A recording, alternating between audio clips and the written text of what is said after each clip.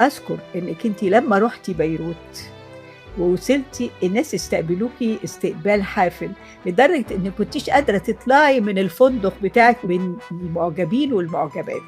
عايزة أسألِك شعورِك ساعتها، هل حسيتِ إنه واو أنا وصلت والّا خُفتِ؟ ما هي اللحظة دي لحظة مخيفة برضه. ولا ده ولا ده، عشان أكون أمينة معاكِ، أنا اتكسّرت عندي حتّة الغرور من شوفي وأنا لسه في سنة تالتة جامعة. من والله، الدكتور. والله حقيقي مش شخصيتي اتغيّرت فعلًا مش هزار يعني. وأنا برضه ممكن يكون عندي إحساس داخلي بشوية عقدة نقص، ده عملت لا، لا معلش، نُقف عند عقدة النقص. إيه لأ، عقدة يعني ما النقص يا باحسّش. سراء؟ بُصّي، يعني أنتِ تملكي كل لأ، يعني لأ معلش، موهبة لأ، وصوت لأ، وأداء طَب أقول لِك فاتن حمامة قالت لي إيه؟ إيه؟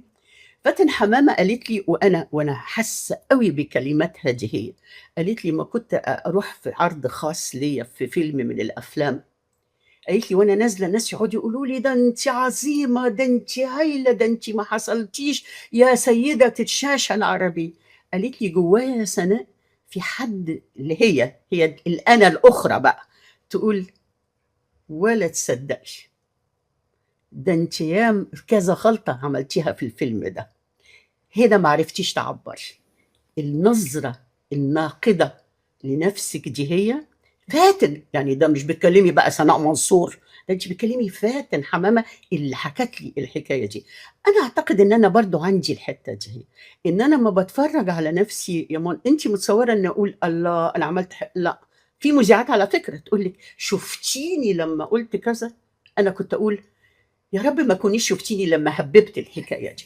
والله أنا باقول أنا ما أقدرش أدّيكِ تفسير، أنا قُلت عقدة نقص، أنا قُلت لازم يكون في عندي يعني إحساس إن أنا لأ، أنتِ لأ، كسرتِ الego اللي جواكِ. ما فيش. وحاجة التانية إن أنا فقدت بعد الصحافة، فقدت الجزئية اللي كنتِ تحسّي فيها إنه اللي اتقال لِك ده ليه أهمية.